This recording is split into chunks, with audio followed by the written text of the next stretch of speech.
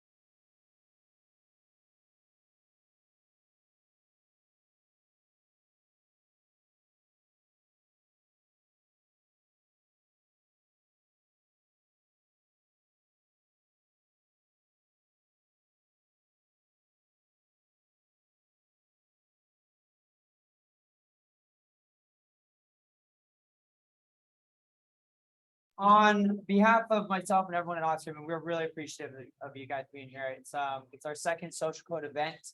So it's something that we're gonna be running periodically every few months.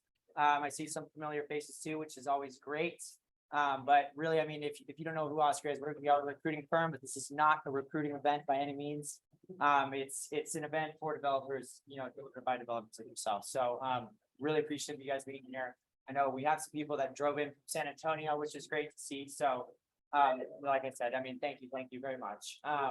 That said, our first speaker is going to be Nathan over here. We know him very well. He came to the first event, and we're very excited to be talking about blockchain. But this is kind of our way to get back to you guys, because I mean, as clients, candidates, whatever your background is, you keep us in a job, and so this is our kind of our way to get back to the community a little bit, and get involved, show ourselves and you guys that we're more than just salesmen, sleepy salesmen up here. So with that said, Nathan, I'll let you take it away. He's going to be talking about blockchain, like I said. So yeah.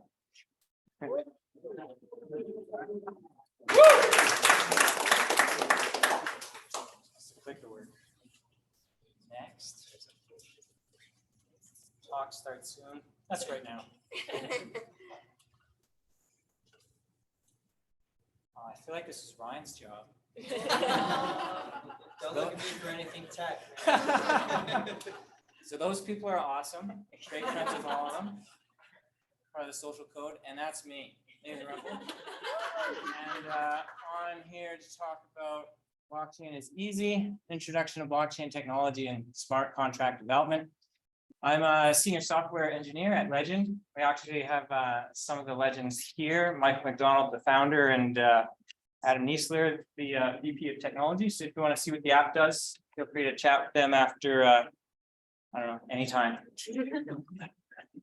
All right, this slide says the same thing, but I have some logos on it. So yeah, thanks to Oscar for hosting this, and Legend for being an awesome place to work, making some really cool stuff with music and NFTs. But I'm not going to talk about any of that. Few mandatory disclaimers, because blockchain's involved, and also politics maybe a little bit. So any opinions I have don't reflect on Oscar or Legend. This is not financial advice, but I'm not going to give any. And anything political, don't get mad because I'm Canadian. All right, blockchain is data. So I wanted to start this talk because actually I wanted to ask a few questions first before we get into blockchain stuff. So how many people have like a token or an NFT? Little show of hands, how many people played with blockchain? And then how many people are developers? All right, sweet. And then how many people have written code that interacts with blockchain or written a smart contract? All right, I'm the only one. Yes, see, niche industry works. And then the last one is, who's had enough of hearing about blockchain? Never. Wow, fewer people than I thought. All right, but I'm not talking about blockchain in the sleazy way most people talk about blockchain. And they're like, oh, invest in my stuff and buy a picture of an ape because it's cool or something. I'm going to talk about how blockchain actually works so everybody can kind of get a feeling for what's going on, because there's a lot of misunderstanding about what blockchain's doing. It sounds scary. So we're going to break it down into some component parts and put it back together. So first of all, blockchain is data. Data is everything. All data in the world is composed of bits. So everything on the internet, everything on your computer, everything on your watch, unless it's analog, is bits. Bits are binary. They mean it's either 0 or 1. And that's how all data in the world works. Of course, all you programmers know that.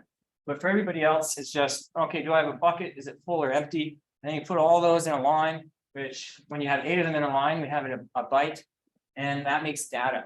But computers only have so much resources because there's physics involved in transmitting electrical current or storing electrical current, or Moore's law, the size of a chip. So every computer only has so much storage to store bits and only so much network capacity to transmit bits. And so because blockchain is exclusively data and it's a shared network, which we'll get into a bit later, you want to minimize the number of bytes that are used to store data, transmit data. and really maximize the efficiency. So some of the next parts we talked about are efforts made to maximize that efficiency of sharing data over a distributed system. So blockchains love hash. Let's see if this works. Aha. But actually, that's a hash. So hashing functions take. Thank you. Did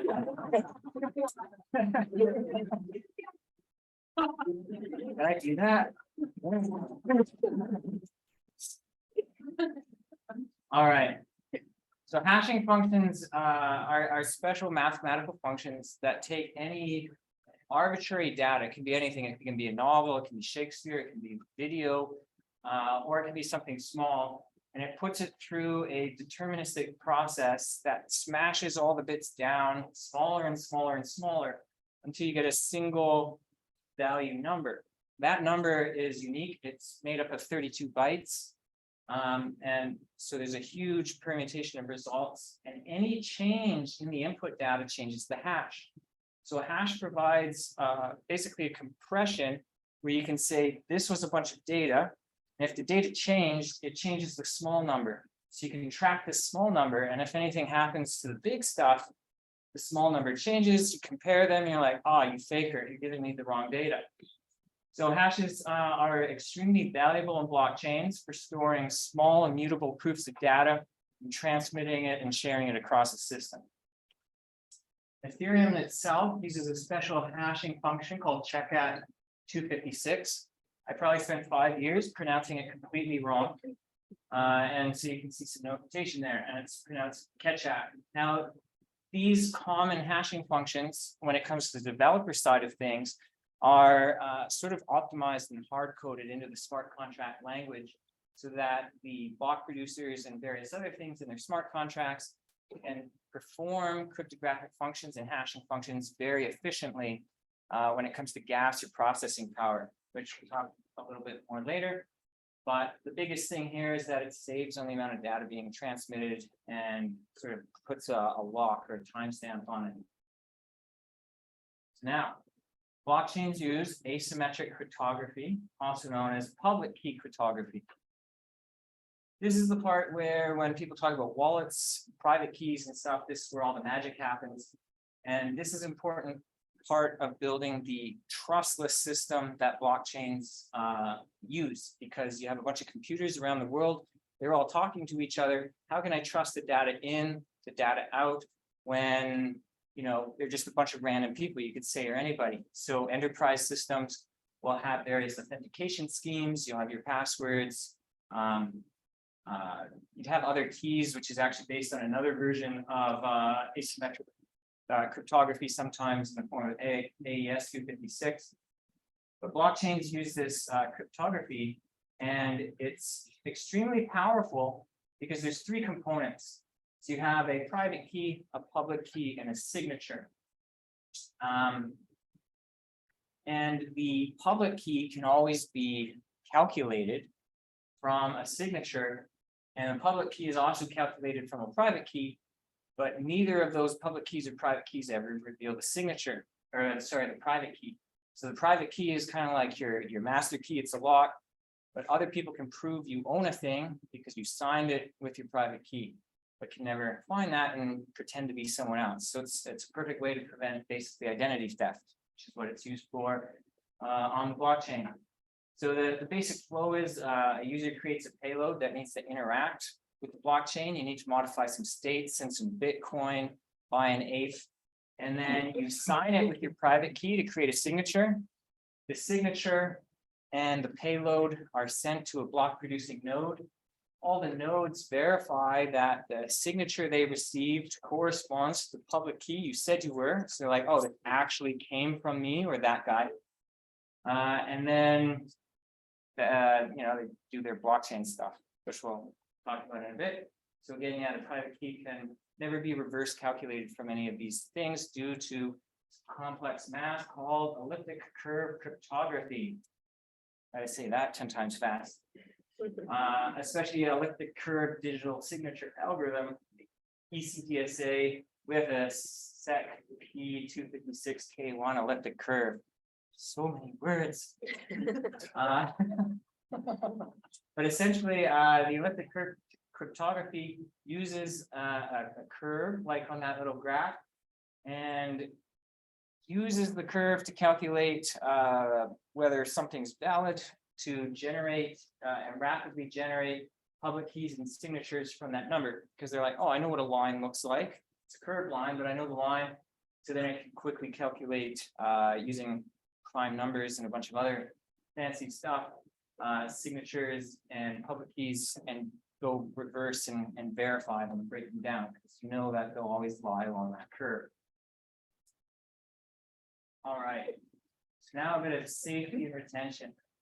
So the big thing people get confused about is, or worry about, is your wallet and an exchange, and where's your money? How's it stored? Is it safe? And so in the example of Ethereum, you have an address, and it's just a public key, which previous slide, we said are 32 bytes long. They apply a Ketchak 256 hash on that public key and take the last 20 bytes, and that's suddenly your Ethereum address. So they're always like, you can always calculate one from the other. And most importantly, wallets don't actually have your money in it. So when people talk about, oh, I have this wallet, that wallet, I have money in my wallet, the wallet doesn't have money. The wallet is just software that you import your private key to, and it provides, it generates signing functionality. So it'll sign transactions that you have. So you could have 10 different wallets. They all have the same private key. Then your funds are accessible from all those wallets. So blockchains allocate funds to addresses, and then some other chains, they don't use addresses, they use other stuff, but you know, you can Google that. So any wallet with a private key can use it, and that's the important reason not to keep large amounts of money in your exchange, because if you have your money on an exchange, then you're trusting the exchange provider, like the bank, to not accidentally give their private keys away, so you lose all your money. And that's what happened to big major Bitcoin exchange. They got hacked. People took all the money because they stole the private keys. Various software wallets where you might log in with your Gmail or something, they have your private key, so they can take all your money. So the best thing to do is have a hardware wallet. Hardware wallets are little pieces of tech that have a random number stamped into them at the factory, and that combined with a few other numbers can generate private keys on the fly. The plus side is that unless somebody gets your little dongle and your password to access it, your funds are safe forever. You know, unless the sun explodes, then it might be gone. The only downside with the hardware wallet is you can't import private keys into it. So if you had MetaMask, which is another popular browser extension wallet to store your private key, you can't transfer that private key onto the hardware wallet. You need to create a new address and send it there. So it's like buying a new house to store your money, and you mail all your money to the new house. That's just the way it works. But with MetaMask accounts, you can regenerate your private key and transfer it from computer to computer. Just make sure you don't lose it, because again, if you had 100 Bitcoin on your private key and you lose it, quantum computers aren't going to save you. Some people say quantum computers might break your private key. It won't. Don't worry about it. But it's not going to save you if you lost 100 Bitcoin. Yeah, just keep them safe and backed up, and then make sure your backups are safe too. And a big thing is for the developers, oftentimes you have code that interacts with blockchain. Don't put your private key in GitHub. All right. Especially on a public repository. Do not do that. There's a billion bots that are scanning GitHub for private keys just to steal money. So use proper SecOps. All right. So you get two crazy ass numbers when you try to use the blockchain. You get your wallet. You're like, what the hell is this? And there's two of them. You can see one's shorter, one's longer. That's because you have your address, the 20 byte address that came from the 33 byte public key. And then you have your full length private key, which is 32 bytes. So when it comes to crypto security, feel free to share your public key with anybody. You have to, so they can send you money. That's not mine. Don't send money there. I can provide it later if you want. The private key, don't share that with people because then they'll take all your money. It's like giving your social security number and your bank PIN and your date of birth and everything all at once in one nice little package. Don't share your private key. Keep it safe. All right. Finally, talk about what is a blockchain. No graphs on this one, but the blockchain is basically an immutable ledger of activities. It's a history book.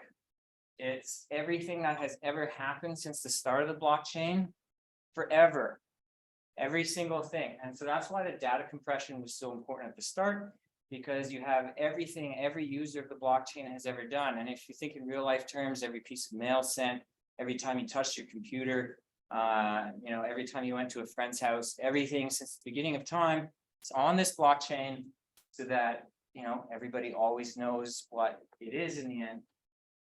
A blockchain attempts to be trustless and code driven. So what that means is everybody can participate in the blockchain because they don't want to know who you are, which is why people try to use it to launder money and hide from people because it's just, I'm just that 20-digit number. I'm not a person. And so it could be completely trustless. And there's a few different schemes that are done to enforce that trustlessness. And it's entirely code driven. So a lot of blockchain will say code is law. That means that what the environment does to the state of the chain to modify, or not modify, but add to the history book has to be completely driven by code and can't be like reversed or backed up. And then the most important part of it, because it's forever, it's unchangeable, it's trustless, and it's code driven, is deterministic execution environments. And so what that means is that, and I'm sure developers here know, but deterministic means that given the same input conditions, everything will always happen the same way, just like physics and our lack of free will.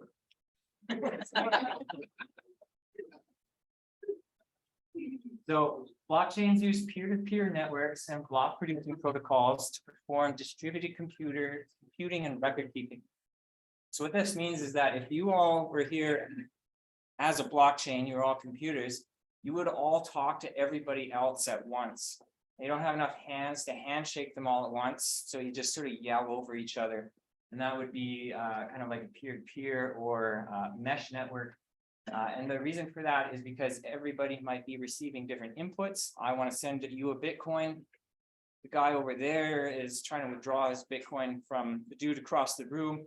So you all tell each other, hey, this guy's trying to transmit some Bitcoin. So it's a giant game of telephone where you talk to everybody at once. And then, of course, because that computing environment that we're all sharing to actually modify the state, they have to share that computing. Distributed computing might be a bit wrong because they all have to perform the same calculations, but usually one computer will do it at a time. So it's not splitting the calculation, but everybody's doing the same calculation, because also, do you all trust each other to add 2 + 2? We don't know. Some guy might be a liar. So you're like, hey, this is 2 + 2 is 4, 2 + 2 is 4. One guy says 2 + 2 is 5, and you all kick him out, down the elevator. So the cryptography provides mathematical guarantees of the interactions. You all had your private key in the back of your wallet, and you're like, yeah, this is me, this is me. So everybody who's talking to everybody can say, yeah, that guy actually did it, even though I have no idea who he is.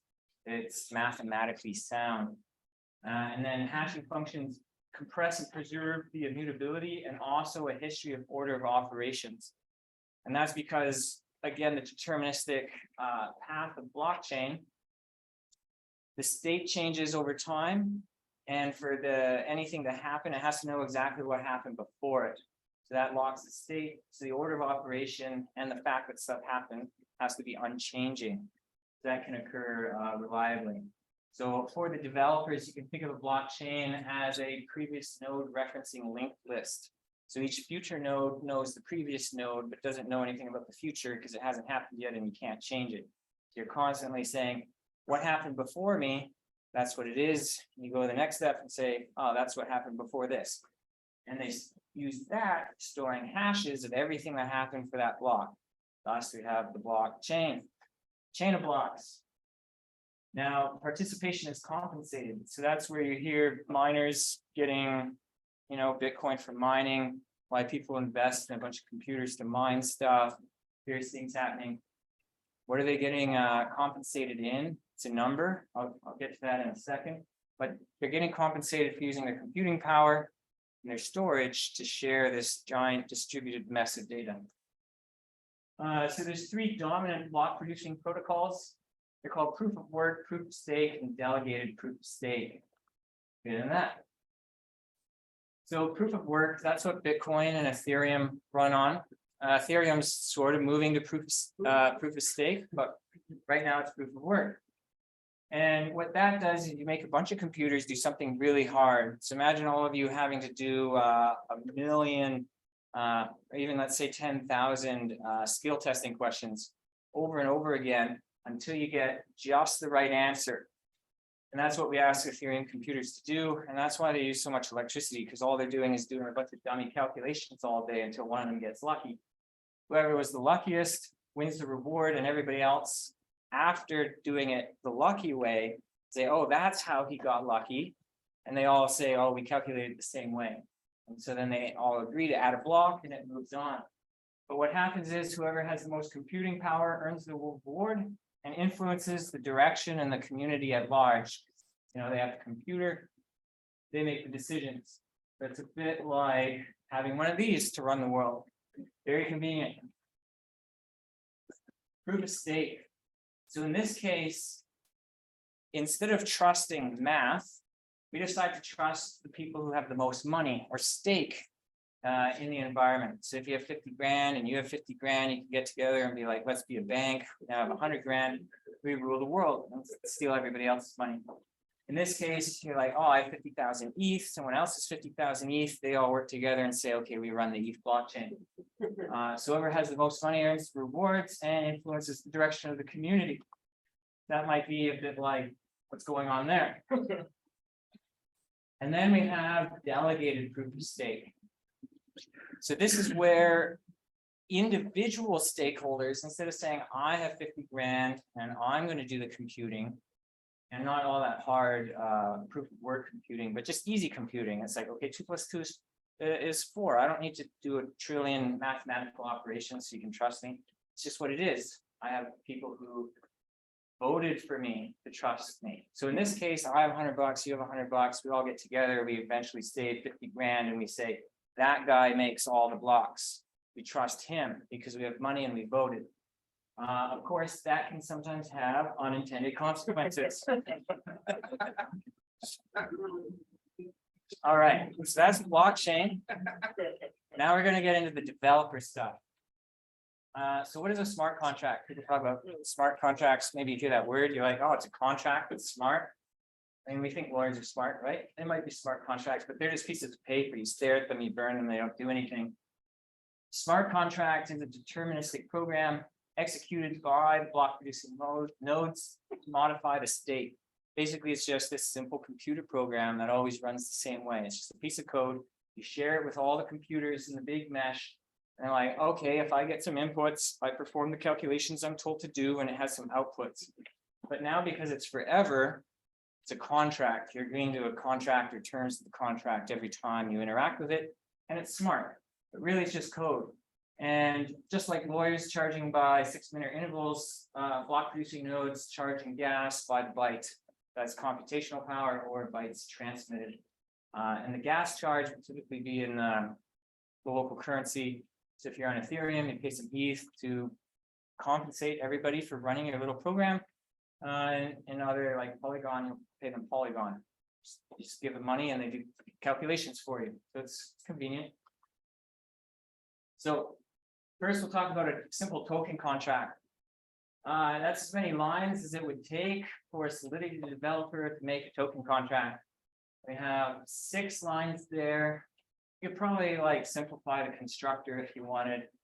But that's all it takes. So what is a token contract anyway?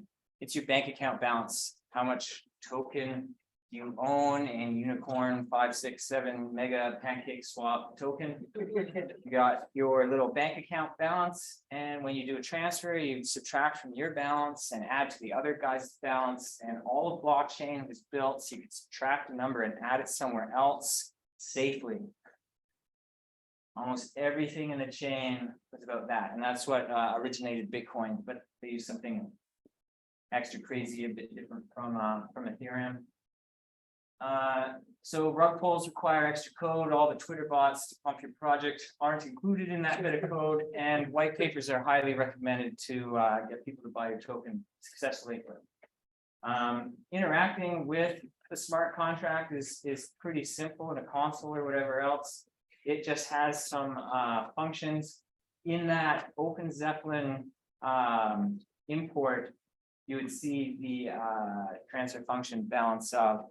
They're all written very simply. So for a full crash course, I'd recommend checking out Open Zeppelin. There's some links at the end and some other resources as well to learn more.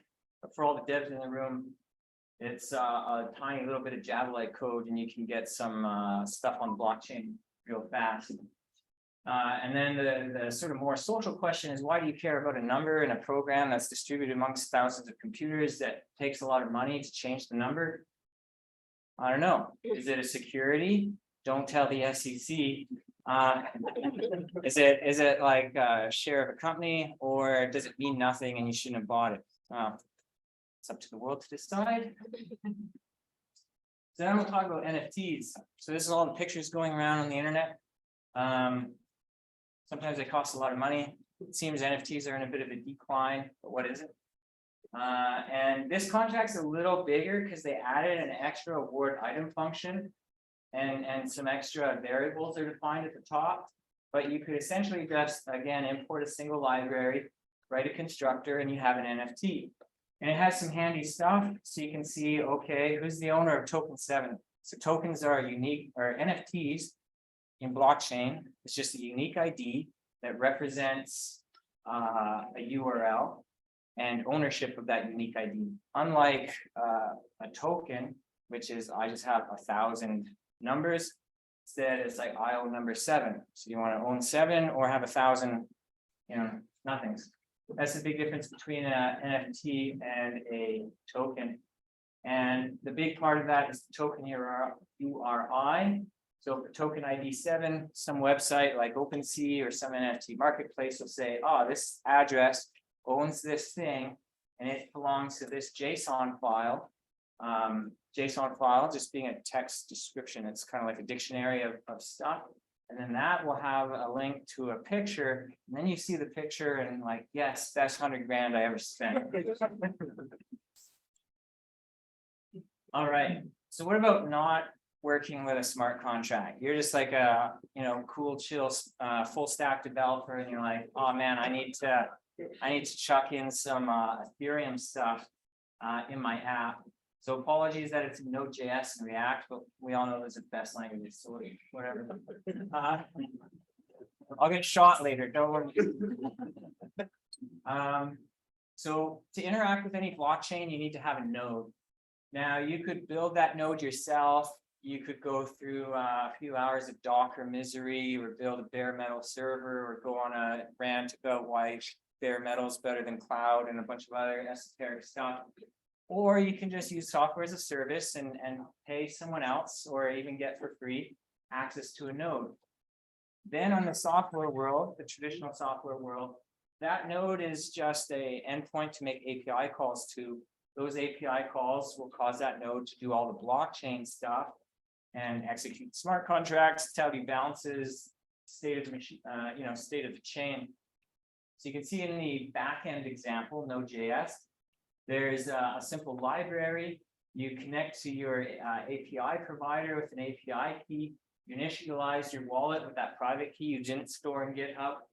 And then you connect an adapter to the contract through the token address. And importantly, you have an ABI.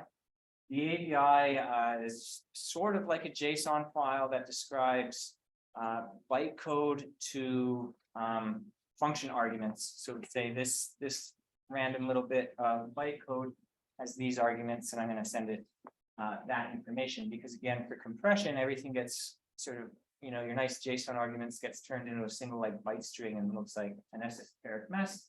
And this library takes care of that for you. And then you just say, okay, I asynchronously want to transfer some money. You get a transaction receipt and you're like, okay, job done. You can add some webhooks, some socket connections to the API to tell the user like, oh, hey, it was successful. But fortunately, the React version of that takes care of that automatically using some React hooks. So again, they're both JS, so they're pretty similar. There's a really nice project called what's the word? DAF Core for adding Ethereum to React. And again, same thing. You set up an interface, set up a contract. You say use this contract function. That's very handy because it pulls the blockchain and checks up on the status of the function that you called. And there's also a lot of code in that React library to connect wallets. You can connect to MetaMask.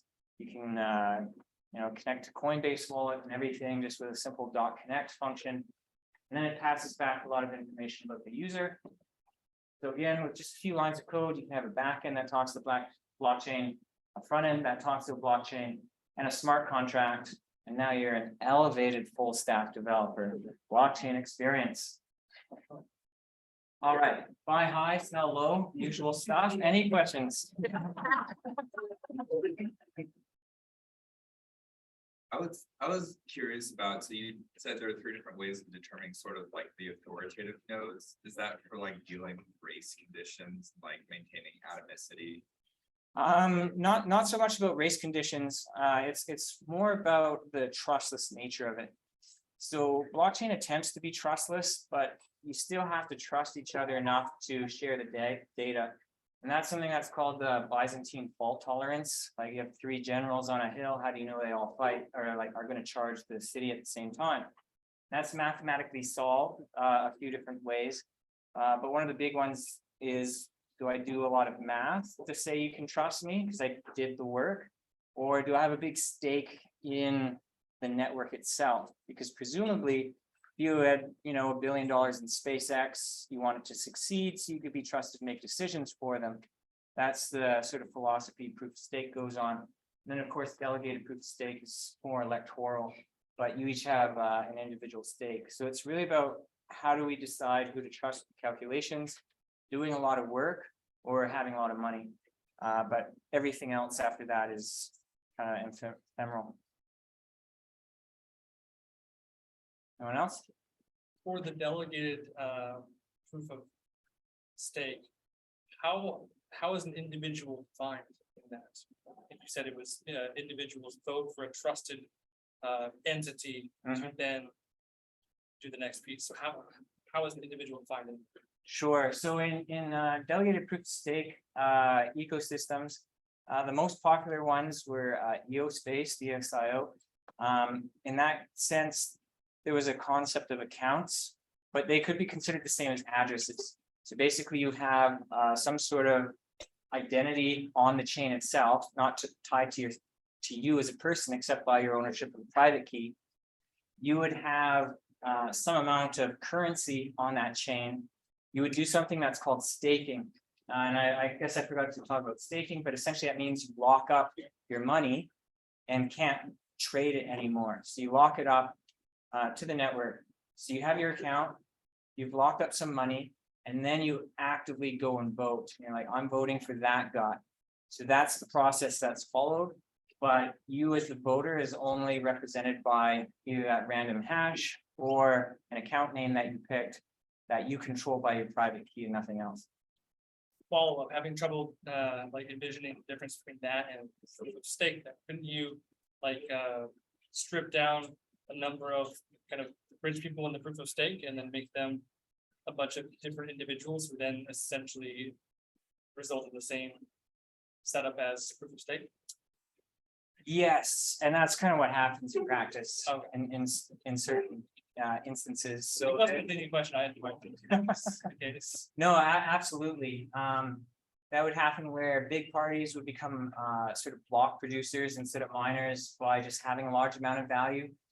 There would be vote buying issues where people would offer a share of compensation from mining to their constituents in return for voting for them. So anywhere corruption can occur, it does occur. Makes sense. Yep. The delegated proof of stake, validated proofs like faulty transactions, they can get slashed, right? Something like that. Yeah, there's various schemes people employ for that. In some cases, for cross-chain swaps like IBC, that slashing means actually putting up collateral and slashing them if the other validators found that they were behaving erroneously. In all these cases, there's typically a large number of nodes. So if there's one bad actor, all the other actors verify the results. So whether it's a compensatory slash or they just start excluding him from the network and don't accept his blocks, eventually they'll get mitigated. And so, yeah, in the delegated stance, that will usually come through people saying, oh, we can't vote for him anymore. But a large number of producers who also aren't presumably all the same person need to be engaged. So if say there was 21 producers and 19 of them were controlled by a single entity, they could manipulate the chain because everybody could say, hey, it's all wrong. And so that's where that gets into a bit more of the community aspect where it gets called out, or the stake is so distributed globally that that's impossible to happen. Are smart contracts legally enforceable? That's happening to some extent. I believe the state of Delaware added the concept of a registered DAO, where then you have a decentralized autonomous organization that might be enforced by contracts. EOS investigated or attempted to use a concept called Ricardian contracts, where you could actually have legal writing associated with each function of the contracts. So every time you sign, you're essentially agreeing to this, legal clause about what was occurring. But in the broader sense, it might be a while before that is, considered a legally binding contract. Cool. All right. No one else? Then thank you very much.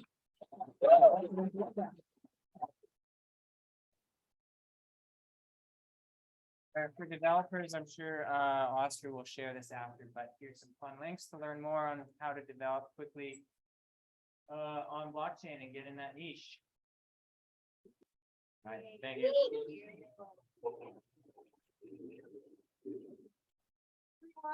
I'm Erica.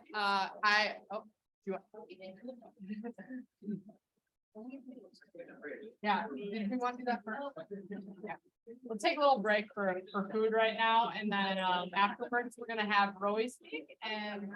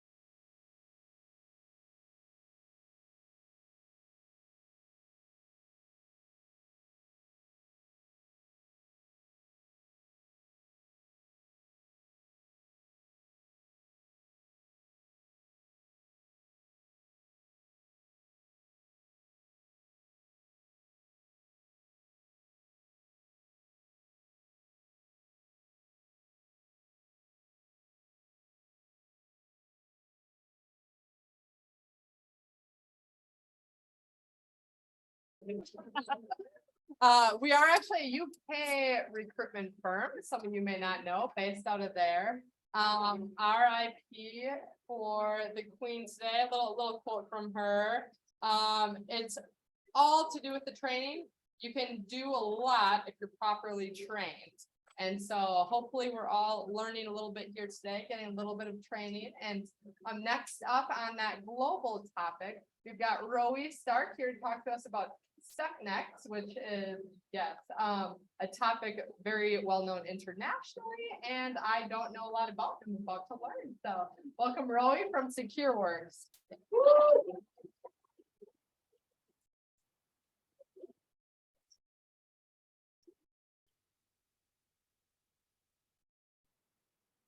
Can everybody hear me? First, big shout out to the pizza. I was not looking forward to talking to a hangry crowd, so happy that it arrived for my talk. Yeah, so a little bit about me. I've lived in Israel the vast majority of my life. I moved to the US 2 years ago. Married, 2 dogs. As far as like my professional career, I started in the Israeli army. And my CO at the time started a company that had a product for industrial security. So that's kind of where my background comes for this topic. Now I work at SocialCode. Feel free to reach out on Twitter. I'm not very active, but it's obligatory in a talk, so there it is. So here's a brief overview of what I'm going to be talking about. I'll talk a little bit about the historical context, how Stuxnet operated and what it actually did. I'll kind of give you an introduction to industrial control systems, so you can kind of get a better understanding of how Stuxnet impacted those systems, and I'll go over the long-term effects that it had in the industry, and kind of sum up with that. So for those of you who are not familiar with it, Stuxnet is a computer worm that was operating mostly in Iran, and it was discovered in 2010. It's considered to be the first prime example of cyber warfare that was used and like got publicized.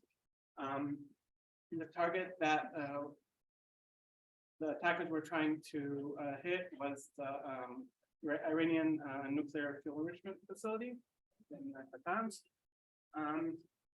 There are a lot of things that make Stuxnet very unique, and it's such a monumental occurrence that I feel like it's worth talking about it for half an hour or so. So if we kind of go back in time, it's kind of funny because the topic is still very much relevant. If any of you follow the news, you'll know that the Iranian deal and Iranian nuclearization is still a very hot button issue that's still kind of going on, still haven't been resolved 12 years later. So the Iranian nuclear program is by no stretch anything new. Even the Shah, which was before the Islamic Revolution of like the 70s, so there was talks about it back in that day even, and it just meant to kind of cement Iran's aspirations to become a local superpower in the region. So also because Iran and the US aren't like don't really get along that well. You'll notice that Iran's neighbors, Iraq and Afghanistan, were both had a military campaign going on in them. So Iran obviously aren't too happy about that. They're very scared of the prospect of the US invading. So obviously they want some sort of deterrent to allow to make that more difficult. So the US and Israel are not huge fans of the idea of Iran being nuclear. Iran has multiple times called for the destruction of the US and Israel. And giving a madman a gun, is never really a good idea. So, so there's a bunch of efforts that went on to kind of try to circumvent that. Most of the publicly known ones are more diplomatic. And having a military operation is not a very popular option. Public opinion isn't too accepting of a big military campaign in a foreign country. That's just not something that flies that well. And so there needs to be a different approach to it. Yeah, I wasn't going to include this slide, but there were tensions and they were rising. So on June 17th, a security researcher from a Belarusian company called Virus Blockada got reports from an Iranian client. The Iranian client was complaining that his workstation wasn't working. Semantic OneCC is a software that's used by industrial operators. So he was having some issues with it. And once they were, the original name was Temp Hider. This is because one of the vulnerabilities that StuckNet ran would hide the files that were on the thumb drive that were kind of the payload. So that kind of gave it that name. Later, Symantec kind of changed the terminology based on a bunch of strings that were in the code that were kind of found in the initial analysis, and that kind of stuck till today. So one of the things that they noticed that was very alarming about the malware was the fact that it had a 0-day. A zero-day vulnerability, for those of you who don't know, is a previously unknown vulnerability. So basically any up-to-date software that, so any Windows workstation, for example, can be impacted by this vulnerability. And a malicious person can run code on that machine. So these are very rare. They're worth a lot of money. The right people, and so as the research progressed, they realized that there wasn't only one, there were actually 4, and 4 is like, imagine finding one unicorn, finding 4 is obviously like a lot more impossible, so they reported this to Microsoft, and from there, kind of things went downhill, and it got a lot of buzz. When StuckNet had a infection log that allowed the security research to kind of trace it back to the original targets, and they indeed found out that they were all in the Natanz area, and all of them had some sort of industrial affiliations, and they were contractors that were operating in that area. And that kind of one of the many indicators that was indeed the case. So as far as like the reasons why it drew a lot of attention, there was a change deployed to it. I think it was March in that year that made it become a lot more aggressive as far as like spreading. And it kind of went out of control. It's estimated that there were about 200,000 computers worldwide infected by the time of discovery. In reality, that might be a much bigger number because it may have removed itself because it only operates in very specific conditions. Interestingly, it also reached the US, and it even got investigated by the Department of Homeland Security. So basically what does StuckNet do? The answer is in most cases it really didn't do much. It waited to be in a very specific environment that had industrial control software. And if it didn't have that, then it just basically kind of waited and died, and maybe it spread a bit. But other than that, it's pretty chill virus. yeah, and once it got, to the correct environment, then it got, pretty, aggro and, burned a bunch of centrifuges.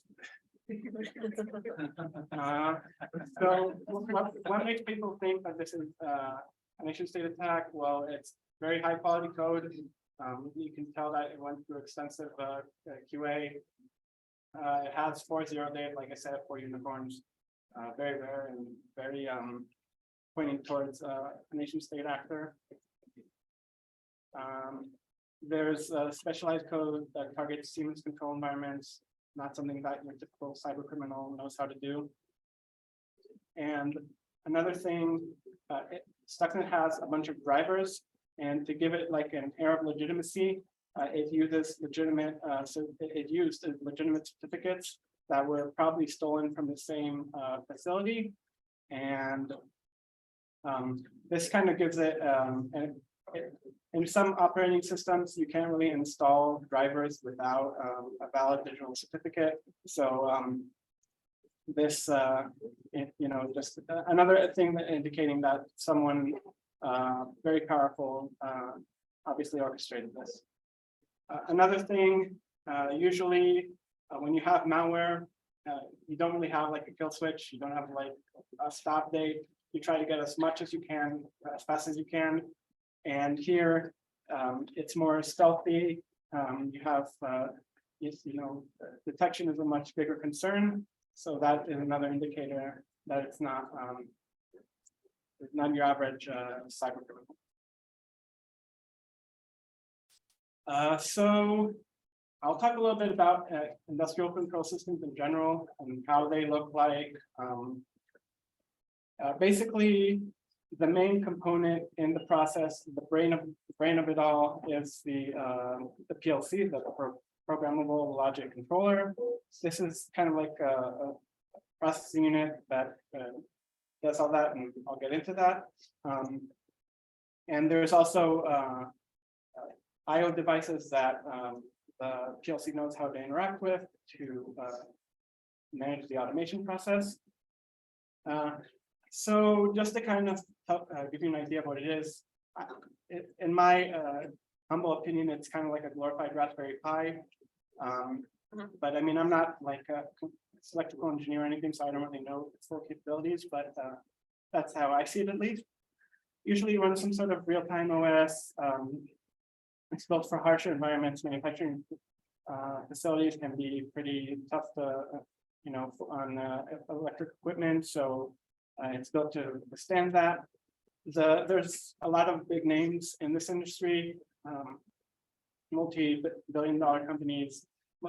Some of them, basically, like some of them kind of have specific areas of expertise. Siemens controller are more for discrete manufacturing, for example, or you have like Emerson or Honeywell, which are more for like oil and gas. But it exists in pretty much every major sector, any business sector that there is, and even like building management systems have some sort of automation with them. So like the AC in the data center or something is controlled by one of these. This is how they look like. You can see that they have this kind of bus, and the main components are the CPU module and the network module. You can configure it usually via a serial cable or Ethernet. On the bottom, your left is the Siemens one that is more common in substations. And on the bottom right, you can see one that is more of building automation PLC. So what are I/O devices? They're basically physical devices that allow you to read and write from them. So like say you have an oil well, you can get a bunch of readings from it, and you can tell it to operate at a specific speed or something like that, or provide a specific throughput. And you can get various metrics from it that are used when people operate them. So just to kind of give you an idea of how an automation process would look like in a factory. Here we want to have a little program that every time the level of the tank reaches low, we want to refill the tank. And when it reaches high, we want to empty it. So what are the inputs and what are the outputs? The inputs for the system are the water level sensor. The outputs are both pumps.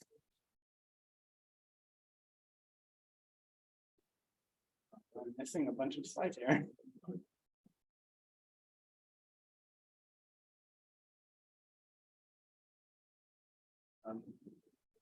Victor? He's missing a bunch of slides.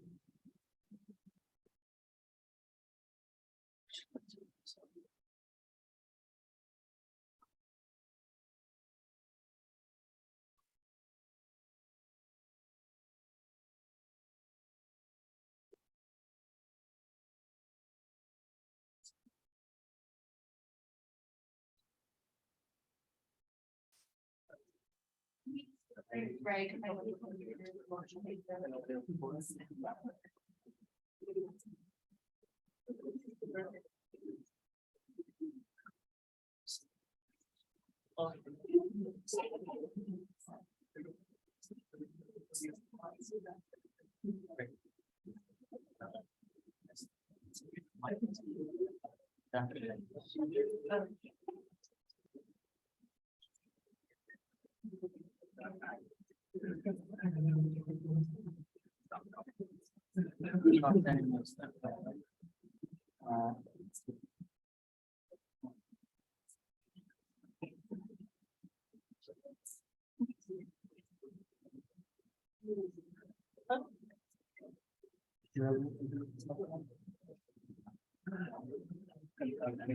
Yeah.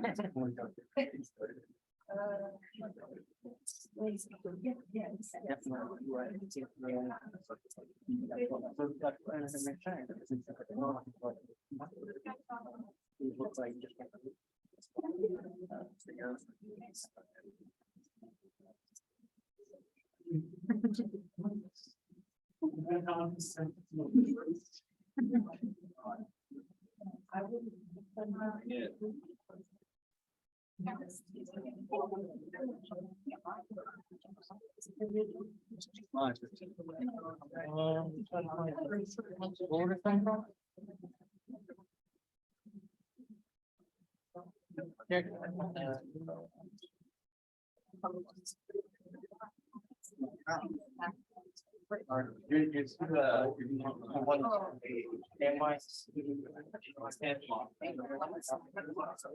big is the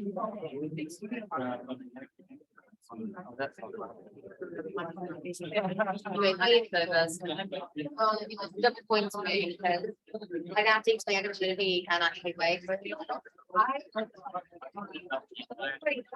Spit it on. Yeah.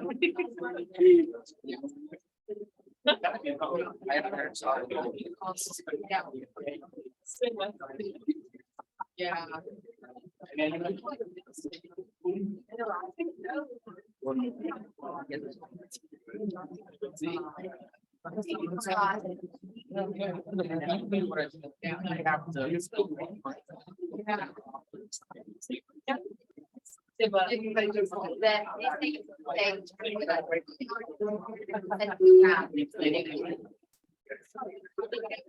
Yeah, we say.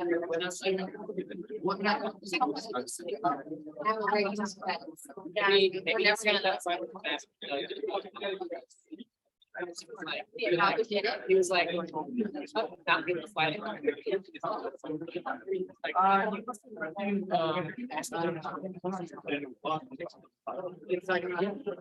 Wait, which one? That's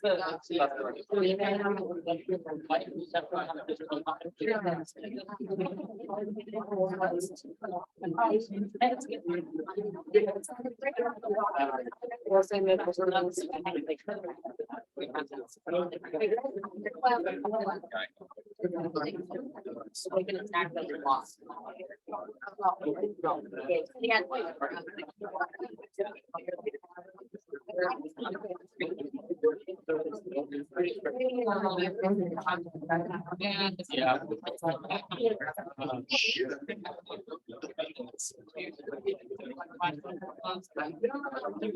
Not the slide. All right, we got that.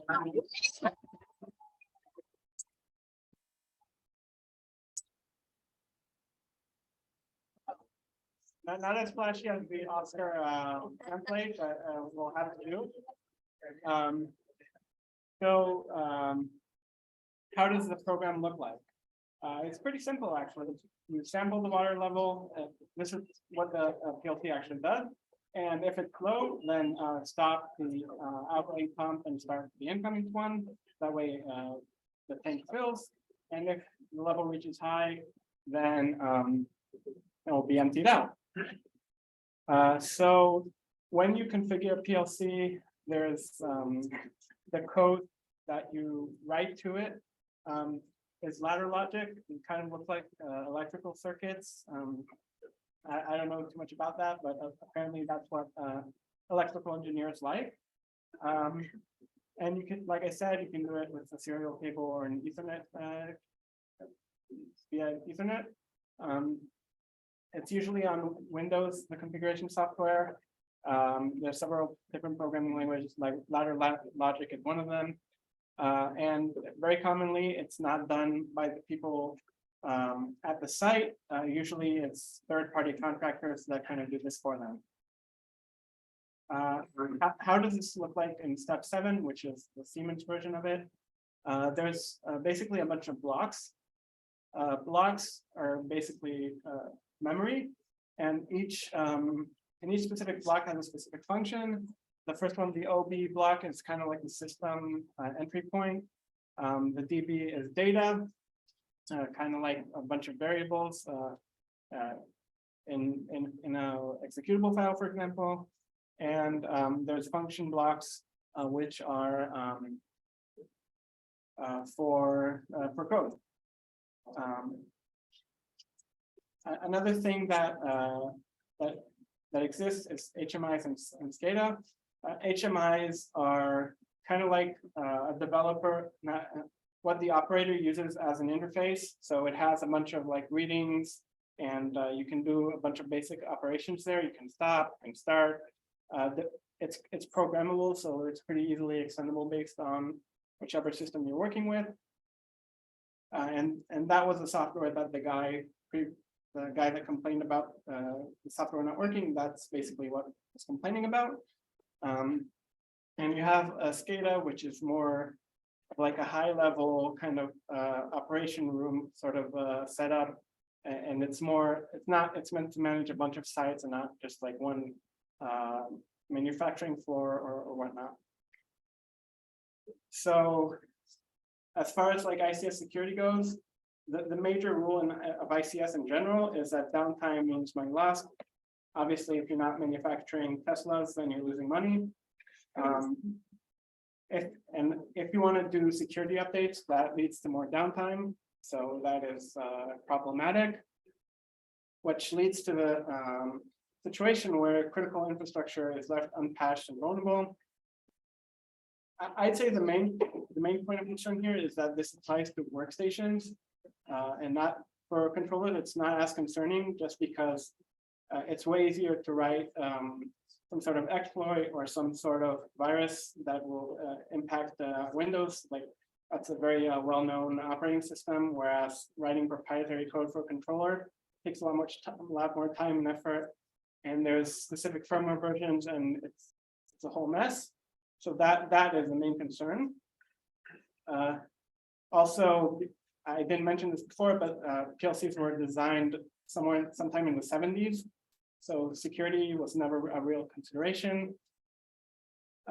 So there are newer PLCs that do have somewhat of a better security offering, but it's very expensive to migrate, it's very expensive to buy. Just asset owners are basically just being bled dry because of this. Also, there's kind of like an assumption that because your site isn't connected to the internet, that it's not accessible. That's not always true. I did a talk about it. I can send you the slide if you want to take a look. So what are the major takeaways that I want you to kind of get? That this is in just about every sector, just about everywhere. It's a very basic thing that applies to pretty much any area of modern society. Usually they contain components that are PLCs, IO devices, and HMIs, and configuration window stations. PLCs are the main component that run the show, so they are the most vulnerable link in the chain as far as like the automation process goes. And ICS environments usually are unpatched, they lack visibility and rely on very dated protocols. So what did Stuxnet itself do? There was a step 7 is the configuration software, a DLL that it was hijacking. So basically it was intercepting calls to functions. And every time code was downloaded, the terminology and PLC is a little confusing. Download means writing to the PLC and upload means reading from it. So whatever.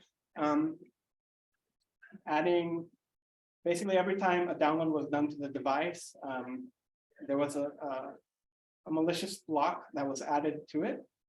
And when because the DLL was intercepted, every time the software would read the block from the controller, it would say like, no block here, it's all good. You know, it would hide the malicious block, so the people looking at the code were none the wiser. So how did it avoid detection by operators? When reading data from IO devices, centrifuges, it showed the operators that parameters are in normal range. So they would look at their little HMI interface and they'd say, oh, it's operating at 58K RPM, all good. In reality, it was doing something else. And it also intercepted and ignored emergency shutdowns. So even if you did notice that something was wrong, you'd have to like go physically to the device and actually do it. And by the time you figure it out, like the damage is already done.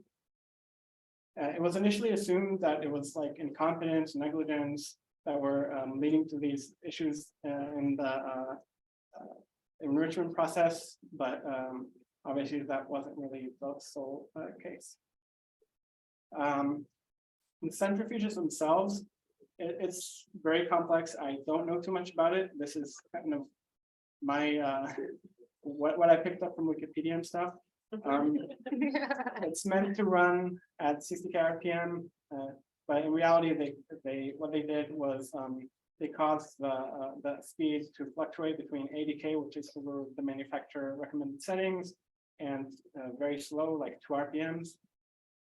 Both of this kind of leads to the destruction of the centrifuge long term, and also it even like waited 13 days into the enrichment process, because that is the point where it's not sufficient. So some whistleblowers have said that the US and Israel were using kind of like a test environment from a centrifuge that was seized in Libya. And once the experiment was successful, they brought the remains of the centrifuge to President Bush at the time.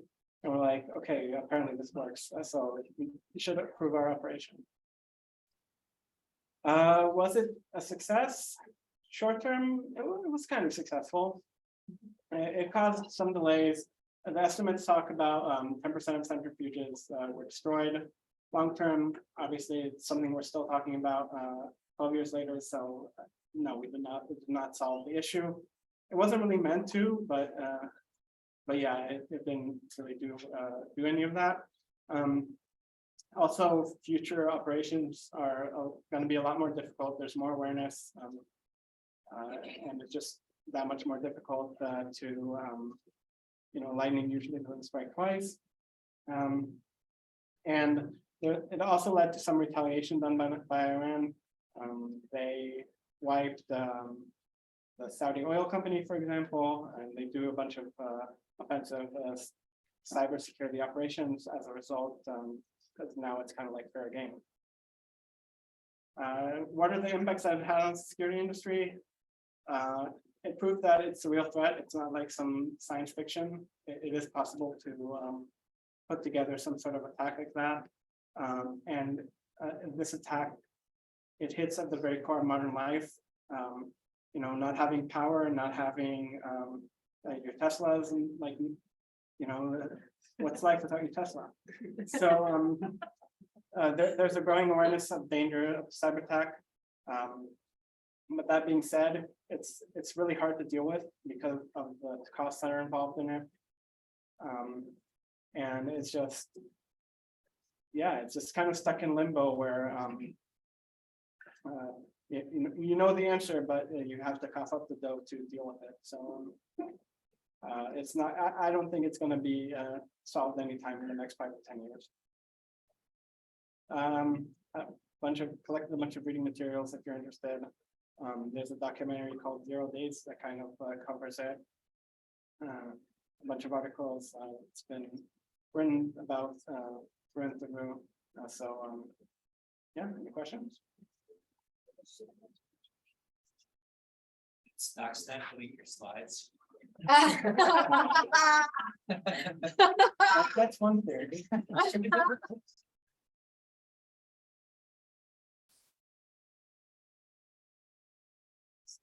I think everybody. Sorry.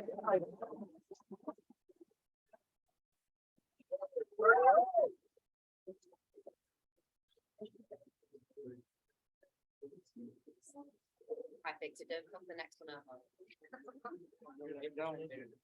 Who's the third person?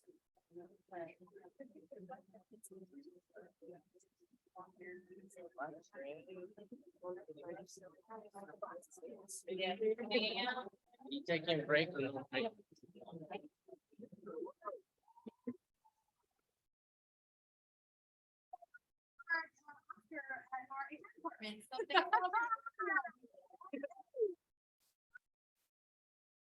Did have a bit of a drawing raffle type situation. There was a special blue sticky note underneath one of these chairs. It ended up on the, don't look, it ended up on the floor somewhere, but I put it where it was. I know exactly where it is. So this gentleman right here wins our prize.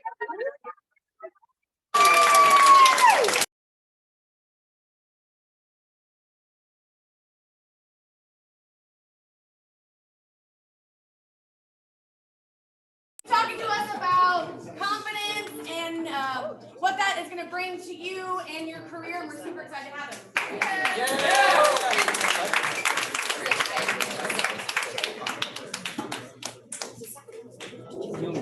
No, I was gonna drink. Okay. Would you like a No, I'm good. I'm balanced. I'm perfectly balanced to make it through 8 p.m. Hey, thanks everybody for sticking around. I was personally a little worried that everyone would leave. And hopefully by the end of this, we won't regret that decision. My name is Kevin Ring. I am not a technologist, so I have a ton of respect for all of you. I'm not going to tell you what I am because that's literally what I'm about to talk about. But really what you're about to go through. How do I advance this? They didn't coach. Oh, there you go. This for me is really more of a passion. I want to tell y'all kind of my story. And for some of y'all, I think you will have experienced very similar things as you've gone through your career. And I've been pretty fortunate to have some good people help me change my perspective. And this isn't meant to be like a rah, let's talk through your passion and all that. This is literally like all the stuff around jobs is designed to suck. And it's really hard, and I'm gonna talk to you about why, and hopefully you'll come away with a little bit of confidence. And when I say I'm not a technologist, I am a salesperson. I did not know that about myself. I got started in, sort of pre-career going to college in 1996. When the internet was on computers. And I remember actually in high school, my librarian showing us the internet, and it was sort of like, cool. So that hopefully should anchor you about, where I fit in terms of somebody else's passions. But what I am is I am someone who actually loves people. Like I really am just fascinated by human beings. And so in 96, though, I didn't know that. I went to college, and it's like, pick your career, right? Pick your major, and I actually am curious, who did that? Whose experience was very similar? Like, hey, you are now on your route to being an adult, figure it out.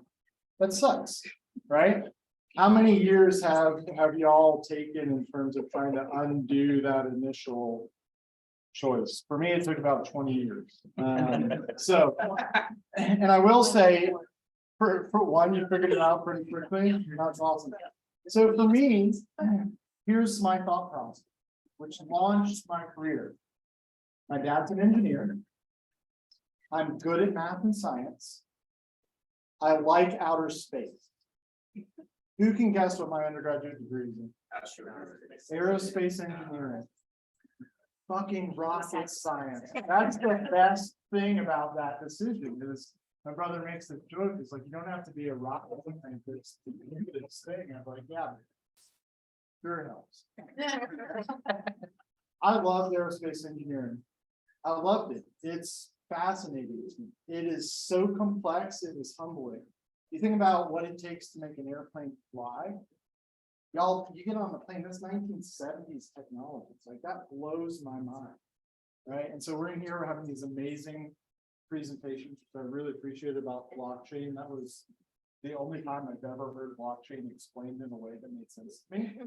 So thank you very much.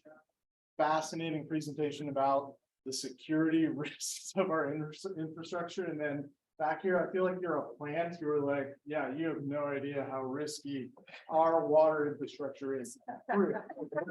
Like, we should all be terrified because technology is changing at a pace that we can't keep up with. I feel like people are changing at the same pace too. Our society, it's all really crazy. And I'm at that point in 96, if y'all did the math, I'm 44 years old. I literally am at that point where things don't make sense to me anymore. So it happens to all of us. I don't feel mad about that. I started out aerospace engineering. 20 years later, to see this picture, this is me in 2021. My company that I worked for at the time is the pinnacle for me of job spend. One fastest growing company in Austin last year. I was able to lead us to grow 67% in the year 2020. Marketing services firm. I don't say that as like a brag. I say that as like, I figured out what I'm good at, and then I figured out where to do that. And it's been life changing. And so I want to kind of talk through some of that. Now, I don't have slides. I have these. I also realized I wrote on purple cards and a blue pen. So you'll forgive me as I kind of do this from time to time. This is really a story about the anxiety of every conversation that you have around your career. And I think we've all experienced it tonight, right? Which is in events like this, hey, what do you do? Right? Have you been asked that already tonight? How many of you were just like, any of you who were like, yeah, I know how to answer that question. Awesome, awesome. I love how all the Oscar people are like. The Oscar humans, not the lizard people. It's been the same for me, and the anxiety like that to me is the most common example of it, right? Just that conversation whenever you meet someone new, what do you do? But it's everywhere. And particularly, I want to talk a little bit about why that is, but the worst for me is the job search. And when talking about this speech, this isn't just the job search, but I'm part of a group here on Facebook called Austin Digital Jobs. I don't know if y'all have checked it out, but it's a fantastic organization. That's how I got organization to Facebook group. 50,000 members in Austin, focused on digital jobs, and Oscar is a sponsor of some of the events that that group does.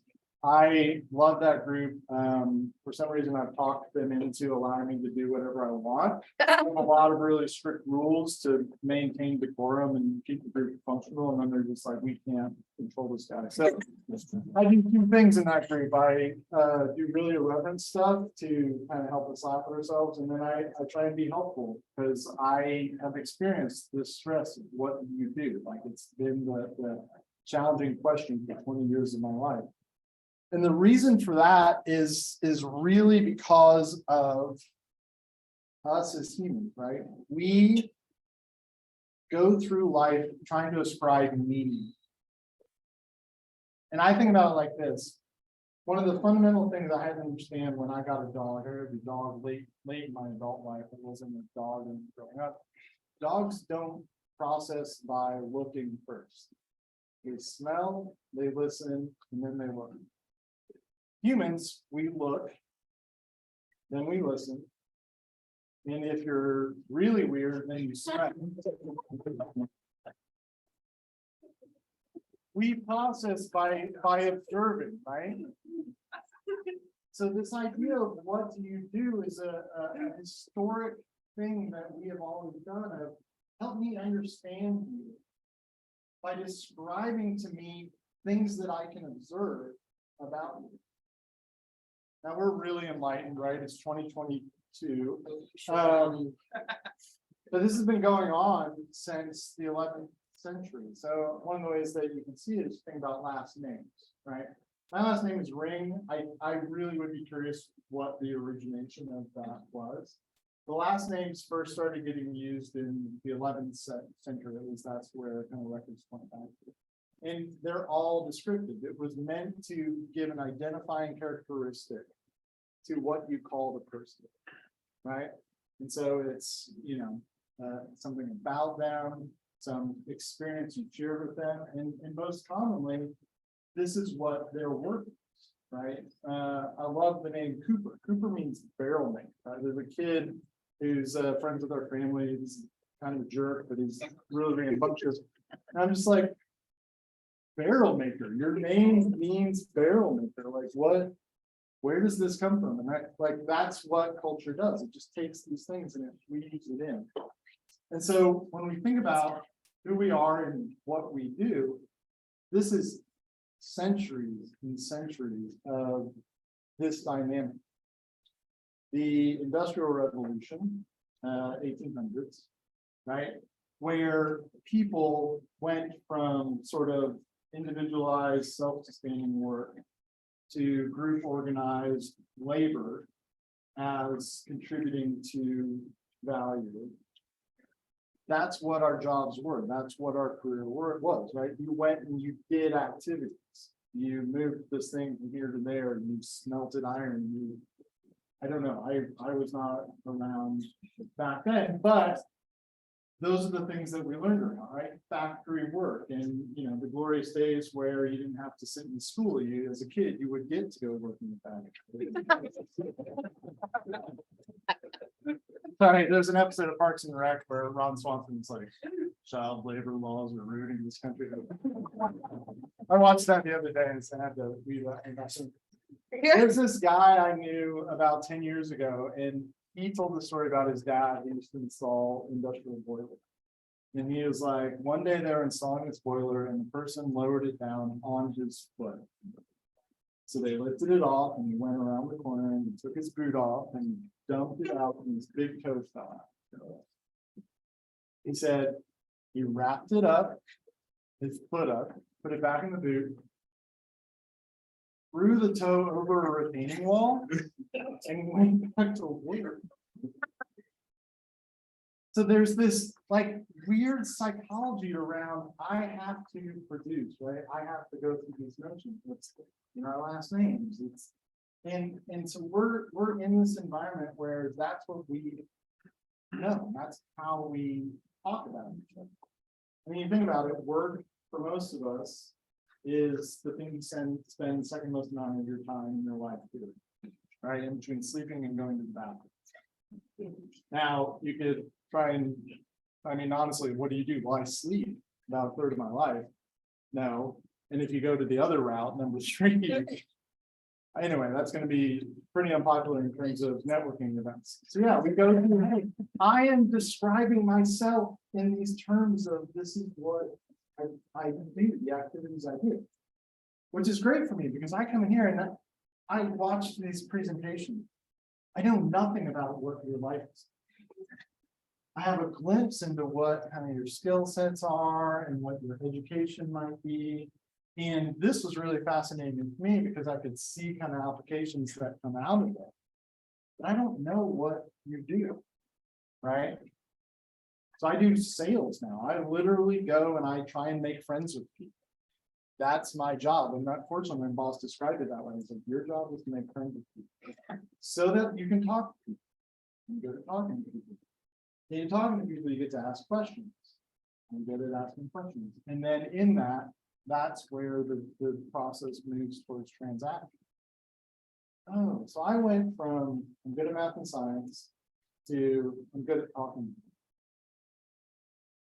It's a really long path to get there. But I want you to understand there was a really transformative moment where this idea of how I'm describing myself doesn't work. Because it came out, like I've done it, so I've been paid by NASA. I like to say it like that, because I wasn't actually employed by NASA, but I received it as a grant in the laboratory where basically lighting and putting out fires in the laboratory so that they could test fire repression systems for outer space. Like amazing. So what, right? Like my last name is Ring. What do? I go in a lab and I get in a really dark room and I light fires and I measure the color with the spectrometer. Like it doesn't roll off the tongue. It also doesn't help me know what I'm supposed to do next. Right. So when I got done with my undergraduate degree, for reasons that I'm happy to share, but would derail this whole talk, I got done and I was like, this is not for me. And it was fortunately pretty lucky that those things happened to me because this was 2000. A year later, September 11th, aerospace ground to a halt. But my options were basically to go work in a lab somewhere, and I've done that, and I hated it because I like talking to people. I didn't know that at the time, but when you're in a lab, we don't usually get to do that professionally. So I went and I moved to New York City, because why not? Had to get a job. New York City is not cheap. Do not know that. I find that pretty quickly. So they'd be like, what do you do? I don't know. Because I thought I'm an engineer, but I'm not. So then what do? Well, fortunately, someone took a chance on me. I had a job working in an investment bank in the technology division that ran telephony for the whole company. I still couldn't tell you what my job was, but fortunately I was getting paid to do it. So I would show up every day and I would just kind of answer questions and solve problems. Well, I got to see a lot of really cool things. I got to learn about voice over IP as it was coming to enterprise, levels. I got to do business continuity in New York City for September 11th, which from a organizational perspective was really fascinating. From an on-the-ground experience perspective, I would rather have not done that, but your path is not really all up to you. Left New York City after about 4 years, moved to San Diego because my now wife said, hey, it's sunny and 70 degrees in San Diego all the time. And I was like, this is great. Turns out San Diego is really expensive too. Who knew?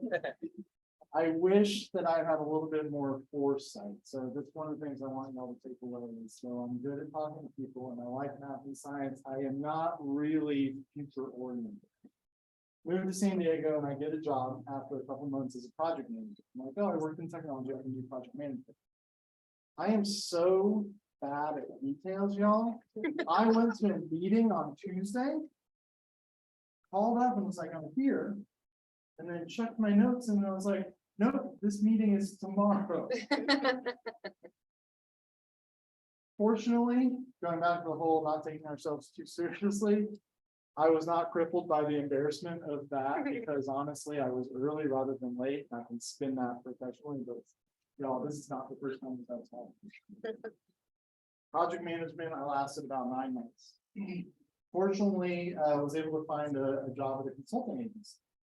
This was really cool. While I was in New York, I got my MBA because, again, career progression, my dad said, hey, you should get your MBA. I said, okay. Fortunately, that one worked out. I did. I got my MBA. Turns out I love business. I love business not because of capitalism, though that definitely helps. I love business because I feel like, in a very similar way to a lot of y'all where you work with technology, it's people expressing ingenuity in creating something new.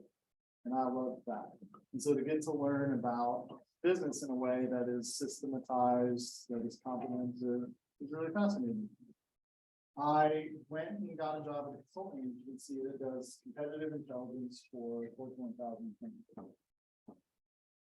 So I got to learn how to call and get people to tell me things.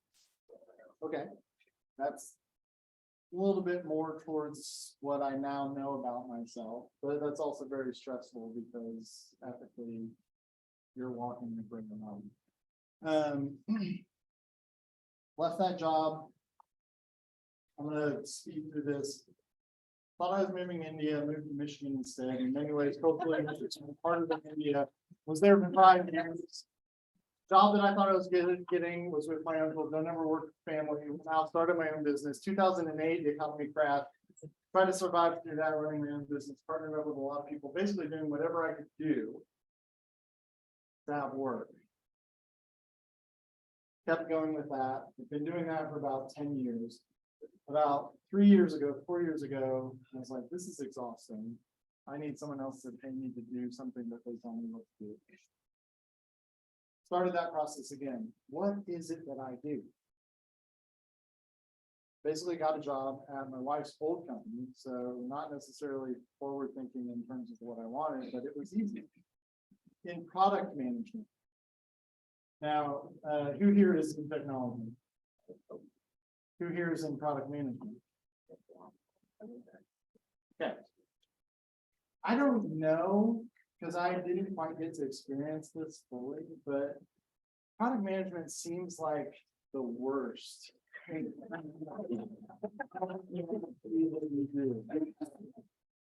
But for me, I went into it thinking, oh, I get to learn about business. I get to talk to customers. I get to figure out how those things work. And then all the smart people make it happen. Interestingly enough, again, this whole stretch of the 10 years leading up in this period, India, Michigan, down to Austin, product management, cancer, put that on hold.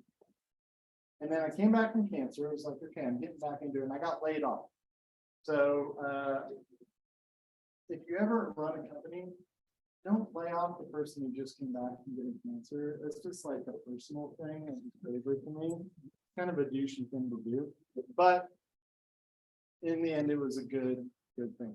I ended up in this situation where my whole world, right, 20 years leading up to this point of what do I do, had left me so insecure. And then finally, as I was narrowing in, like, hey, I can do this product management thing, to be like, no, you're not wanted here, was left in a situation where I don't know if any of y'all have ever been laid off, but for me, having gone through it twice, it's pretty debilitating. It is really causes insecurity at the core. little did I know in January of 2020 that I was about to face another, market cliff, another market drop off, 2 months later. But I tried something different this time. Instead of saying, hey, I want to look at this job, I want to look at these companies, I want to make the list of companies I want to work for, I want to scan the job boards for the roles that I think I want to do. I went and I talked to them. There's about 4 people who had throughout my previous time, and I think particularly because of cancer, they were reaching out to me.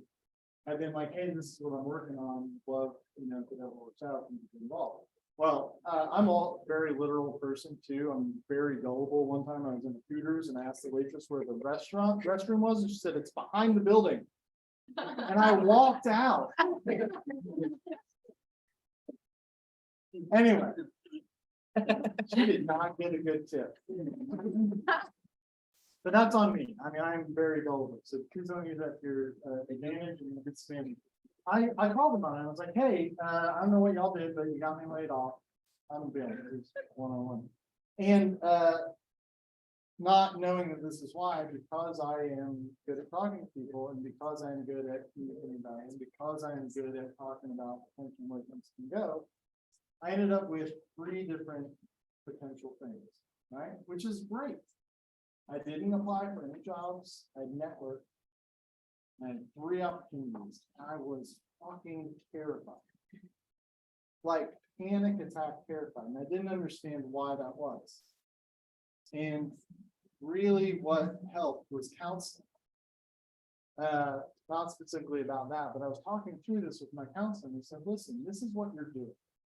You've gone to these 3 people and you said, pick me. Validate me. You have made yourself so vulnerable because whatever they do, it's about whether or not you're good enough.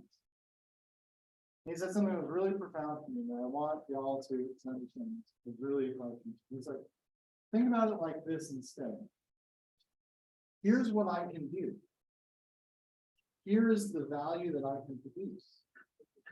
Is this right for you? If it is, great. How do we make that work?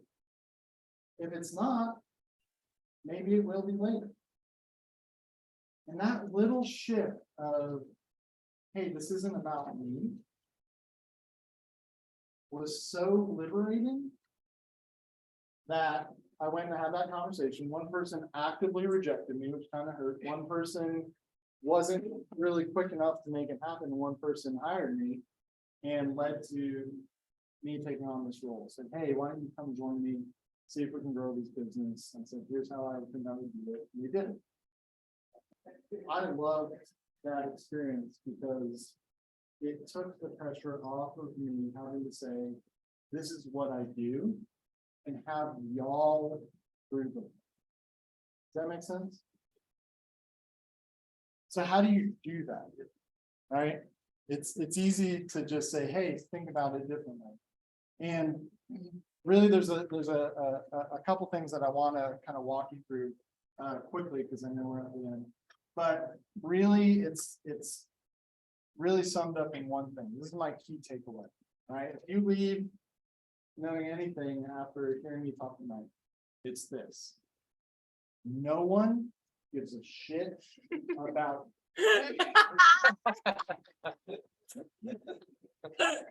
I love that phrase, actually doing sales in this job. I use it all the time for a marketing company. I was like, you need to understand how we're going to promote your company. Most people want to talk about how great they are. I hate to say it, but no one gives a shit. Again, quick poll.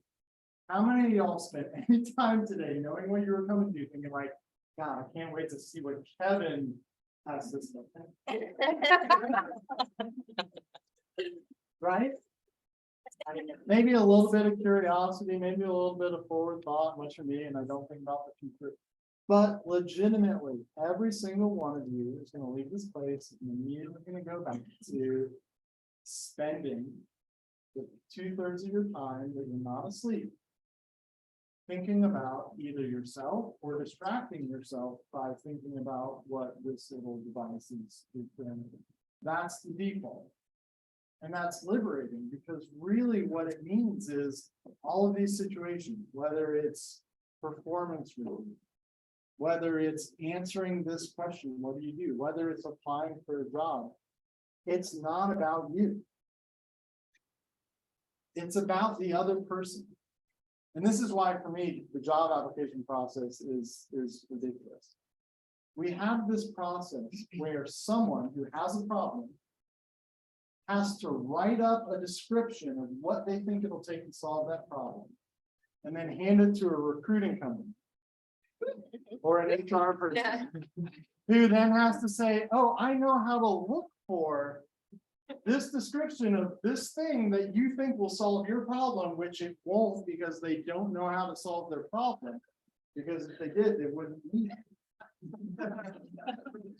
it. And then if you're lucky, you enter the pageant. Hey, I'm going to give you my resume. And maybe I'm going to give you a cover letter. Maybe not. I don't know. I don't know what the advice is. I don't know where y'all stand. I'm not officially part of Oscars, but this is, sit back to the disclaimers. Mine is, I have no stance on cover letter. Let me tell you how great I am. Let me stand in front of the mic and answer your question, right? And then if you're lucky, on paper, if they pick you, you get to come to the interview, where they bring in people who don't care about the problem that the person hiring you is going to have. What they care about is this guy going to eat my lunch? Do they smell bad? Are they fun? Are they going to get in my way, right? And then they're evaluating on the thing that they care about, trying to evaluate, come up with questions to ask you to indicate whether or not you can solve the problem in the way that the person who can't solve the problem thinks that you should be able to solve the problem. And what, you do that like 3, 4, 5 times. And then you have all that additional stuff of, hey, we're going to actually test you on whether you can solve the problem. This is part of the reason why I could not get back into technology. I could not work for free. I've worked for free so much I can't do it anymore. Especially so that then you can pick me based on whether or not you think that I can solve the problem in the way that you think is important to solve the problem that you can't solve. It doesn't work. It is so inefficient, but that's the only way that we think about it, right? And hey, nothing personal, y'all are fantastic, but you're part of the problem.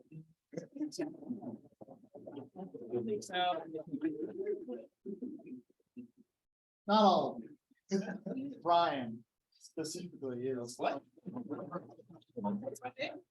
Brian, I don't know. What is your name? Zach. No, you're right. Zach, because Zach means something. He's definitely on the problem. Hey, y'all, listen, here's my problem. I talked with Micah, I met Ryan, and then Zach told me his name was Kevin. Sounds about right. And for someone in sales who has like the worst case of that thing where someone says a name and my brain's like, nope. I literally had a meeting with 3 guys yesterday, and I had today go in and like spend about 20 minutes on LinkedIn trying to figure out who they are. Sorry, really bad. Anyway, I apologize. Yeah, that's my lizard brain. Yeah, that's. I'm distracted. Listen. So what do you do, right? What do you do about this problem? First is take the pressure off yourself. Stop thinking about it in the way of, hey, how do I describe myself? Because what is true about that dynamic is someone has a problem, right? Every hiring manager, every boss, every person that you're talking to cares something about what you can do. So ask questions, figure it out, try and understand, hey, what is their pain? What is their problem? Right? So for me, in this role, what I figured out is that the CEO of the company couldn't grow it because she was not willing to just focus on sales as her full-time job. That's one of the problems. There are about 3 other things that I identified. What is the pain that they have, right? What is the better future workplace? Now, this is to me is where in all of this you get to stand out. Because what is meaningful for people is, can you make my life better? Right? And so if you can describe their problem back to them in a way that shows that you know what it is, right? That empathy piece, but that you have the ability to fix it through skills, experience, knowledge, right? Expertise, other resources like network, connection, like all of the things that you can marshal to solve that problem. If you can describe ways that you make that better future possible, you have them. And I know that this works because that is literally what sales and marketing is. Right? It's a multi-billion-dollar industry geared towards getting us to spend money and attention towards things. But if you think about it and apply that same dynamic to your career, I produce a value. I solve problems. Whether it's solving problems, whether it's creating, right? Whether it is, for developers specifically, the list of things that y'all create through your knowledge, your problem solving, your tenacity, right? To stare at all of that code for hours to figure out why the thing you just built isn't doing the thing that it's supposed to do. It's the outcomes that you can produce. If you can paint that picture, I understand your pain, I understand where you want to go, and I have the authority based on skills, experience, knowledge, right? Those three things combined together work wonders. There's a fourth element, and this applies in the transaction elements, right? How are you going to get it? So think about it from this perspective. I'm the hiring manager, I'm your boss, I have a problem. It's a big enough problem that I need help. It's a valuable enough problem that my boss is going to look to me and get it done. I don't know how to do it. If I did know how to do it, I would do it. Here's something that's true about people. You can't go anywhere that you can't see first, right? Again, going back to this fundamental human dynamic of why we limit jobs to just doing. I can't trust you to go somewhere if you can't paint the picture of it and then bridge that space, that unknown for me. Now, this is where in the job interview process, right, or the performance review process, we get hung up because you're all experts in you, right? You are SMEs in your specific domain in your work. You know a lot of shit, and when someone asks you a question, your brain starts going through all the shit. I don't know that stuff. That's overwhelming if you start telling me about it. So how do you bridge from problem to better future with 3 or 4 things that just say, hey, I have a plan to get you there, right? And that's it. Now, will that get you the promotion? No. Will that get you the job? No, right? There's way more tactics that go into it. But here's what it does do. It takes the pressure off of you needing to prove yourself.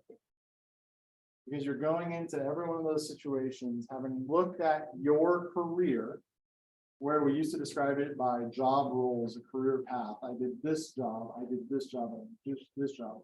Turning it into a job story that says, hey, I have developed the empathy, expertise, authority, and the ability to create that better future for you because of this experience that I have.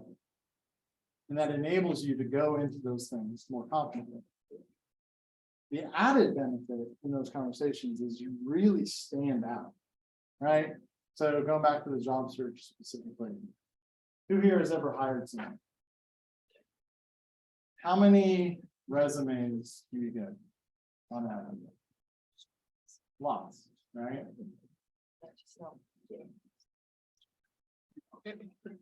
I mean, it's part of the problem, right? Is you can't effectively evaluate someone on paper.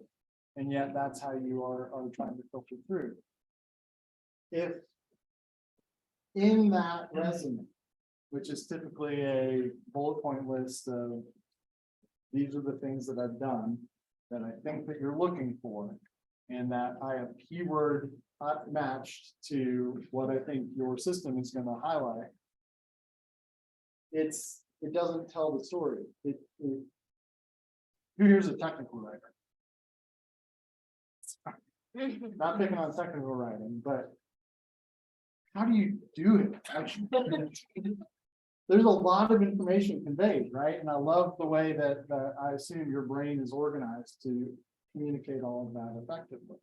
This is one thing that engineering did for me. It ruined my ability to communicate in writing. So I went from, AP English to doing lab write-ups where it's, we did this formula applies, this is the data, right?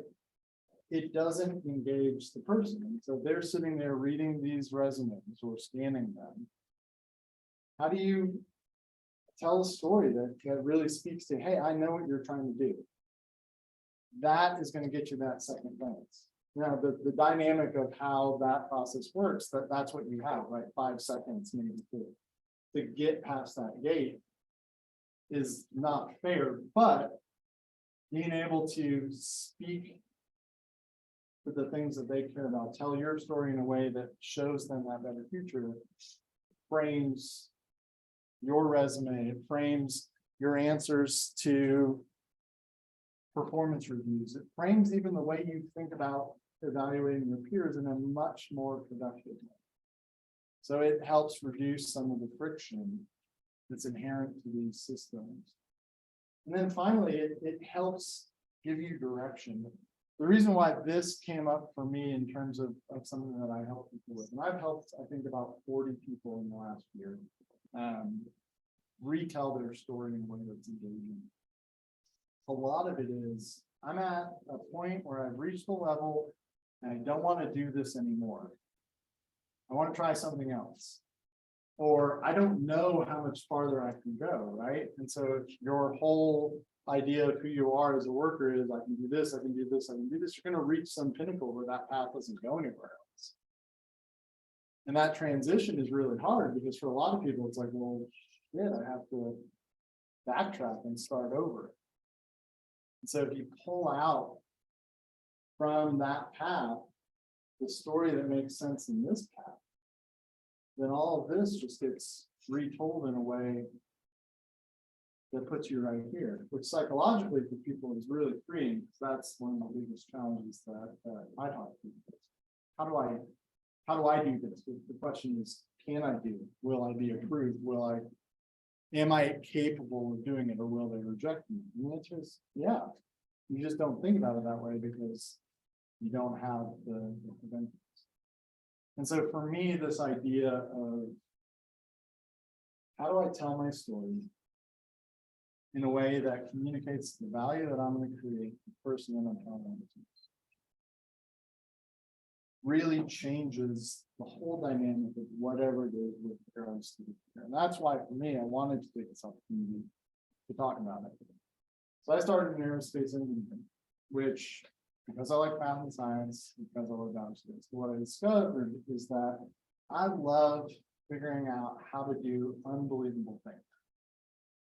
And from there, I got to apply that in ways that help people do that through business, whether that's professionally in their career, which is kind of a hobby for me, a side project, whether that's in consulting, working with businesses to grow, working with startups to figure out how to go to market. And now this is my latest experiment in, is sales aligned to that? And this job is an experiment. I've been doing it for about 5 months now. And there are days that I like it and there are days that I'm not, but there are things that align for me because I get to engage people about the problems that they're having and work together to suggest solutions and path forward. And what's really cool for me is in this job, I work for the company that works for the state of Texas. And so politics aside, which is difficult some days, there are a lot of people who serve this state and do a lot of amazing things to make living here really great. And I am really glad that I get to take what I am capable of in creating value and apply it in this arena. So yesterday, one of my conversations was with Department of State Health Services, a whole section serving people with HIV and STD. I'm just like fascinated because of the passion that these people who are scientists, right? Researchers, nurses, doctors are bringing to this field to create value for this constituent group in Texas. I love it. And fortunately for me, I love that about people. So what I want to offer, that's me on LinkedIn. If you feel like you're stuck, I don't know how to tell my story, I would be happy to talk it through with you. I'm really good at listening, really good at asking questions, and really good at saying exactly what you just said to me back in the way that you will hear and believe about yourself and kind of light up. And that's my favorite part. So yeah, definitely let me know if that's something I can do for you. Happy to help. Message me on there. Tell me that you're reaching out because of here, because the detail orientation deficiency that I have will not help me anchor very well to what you're talking about. So just give me that favor. But yeah, that's it. That's what I wanted to share with you guys. Thank you so much for. I will take questions, I guess.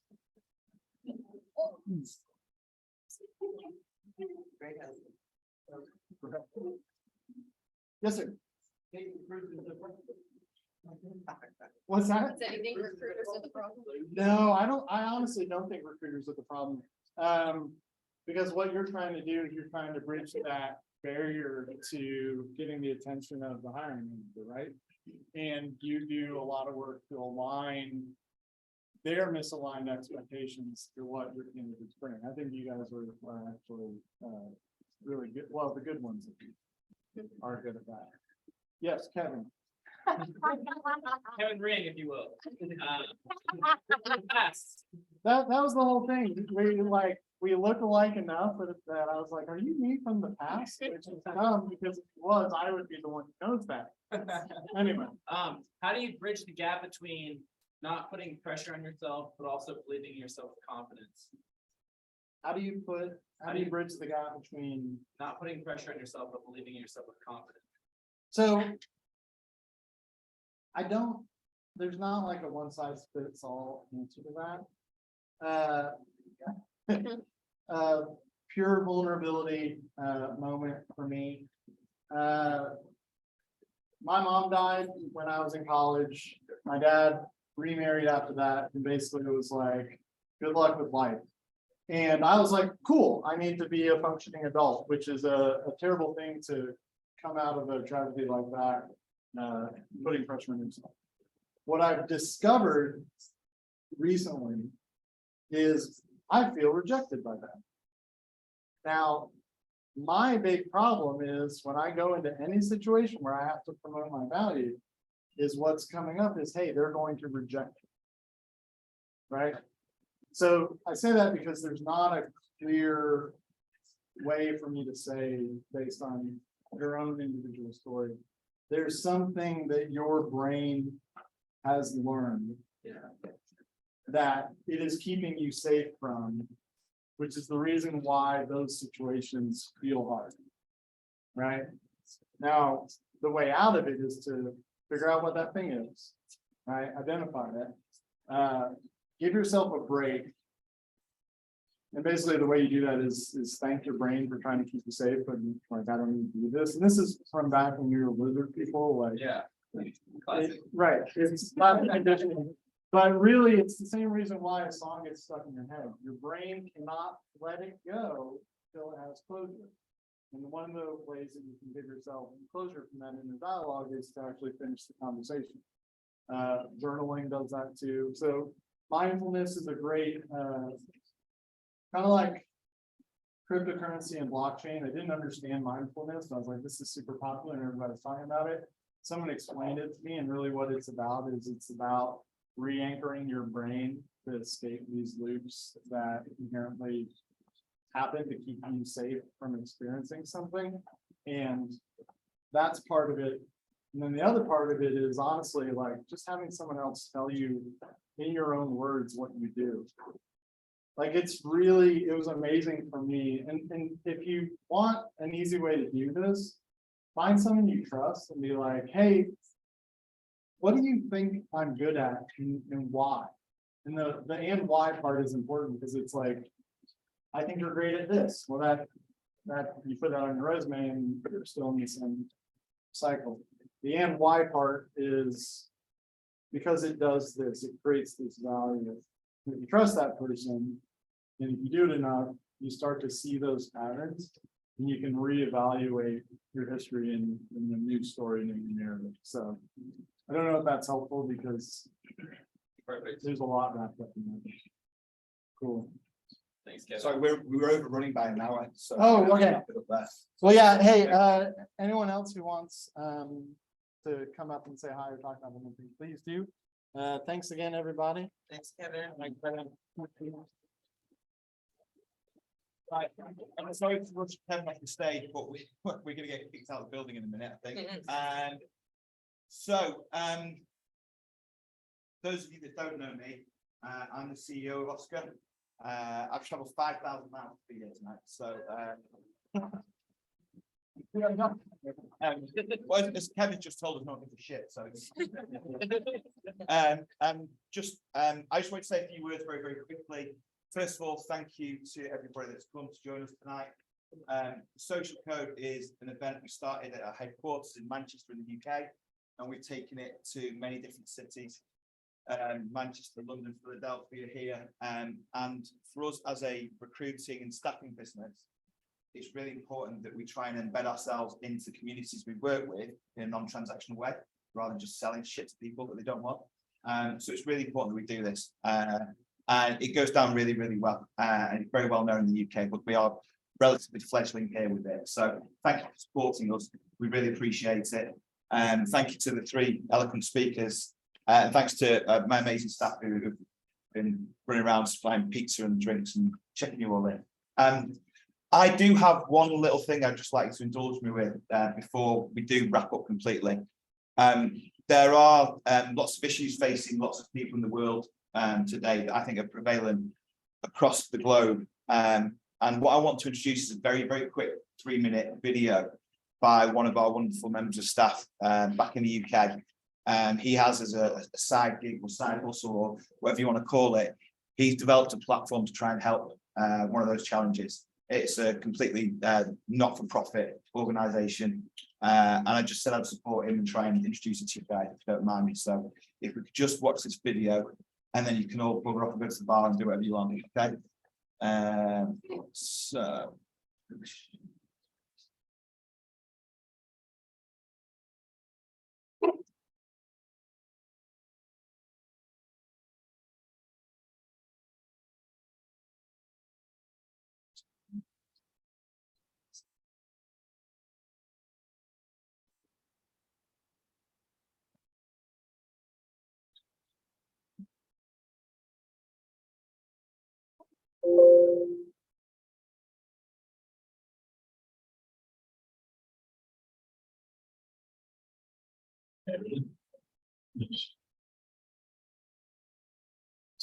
I'm a normal bloke, working 9 to 5 during the week, then drinking too much in the weekends. I love indie bands, live music, probably don't exercise as much as I should do. I'm a diehard football and Manchester United fan. Please don't hold that against me. But I'm also a normal bloke, because I suffer from anxiety and I've been through bouts of depression. Started 3 years ago. My mum died of cancer. I didn't have to process it. Loss is a crazy thing. Anger, sadness, worthlessness, even guilt. But I needed to get paid for my dad. he just lost his wife. It was my turn to step up. So I internalized my feelings, acted like it was okay, and carried on as if nothing had happened. And it ate me up inside. Long periods of depression, social anxiety like I've never experienced. I didn't know what to do. But after a few pints, I started speaking to my mates, telling them how much it hurt. I let them know I wasn't all right.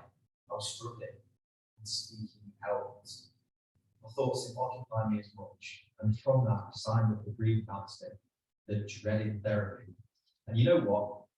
That helped as well. I built a support network, people around me that I knew I could talk to if things went a little bit darker, and it was just so much better. Us average lads need something more. Something not as intimidating as therapy and more accessible than the NHS can probably manage right now. To put an arm around those sad lads who don't know how to speak, and to tell them it's all right, you're not strange, we feel it too. 2 Pints Deep is a community and an anonymous messaging platform for lads to start their conversations about how they feel. Because too many men are becoming statistics. Suicide is the biggest killer in males under the age of 35. And within the UK, that equates to 13 men a day losing their life to suicide. And it's preventable, so let's prevent it. 2 Pints Deep is my magic feeling, that buzz, that extra confidence, that slight deviation from normal life. A safe space. And it's what we need to create for men. A safe space to start talking about how you feel. Because we all feel shit at times, you know. And starting to speak was all it took for me. Kickstart to my journey, knowing that I can be vulnerable. It is a strength. And if you don't see the point in doing it for you, give it to your mate across the table. Because he might need to hear it from you to actually say it himself. So give us a follow on Instagram. It's time to talk, and it's time to attack those stats. Cheers.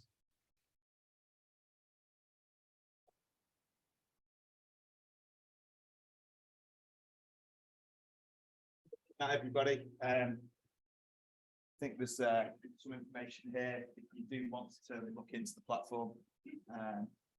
I think nothing else needs to be said about it. I think it's very self-explanatory in Luke's wonderful way.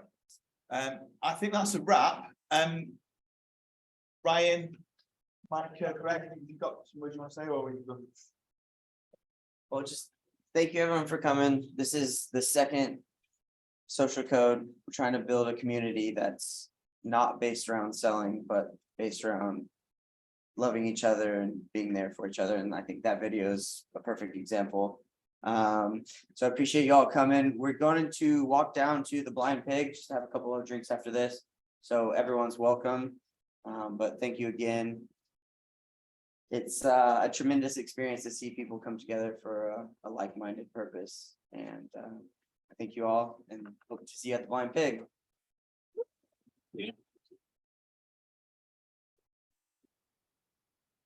Hello.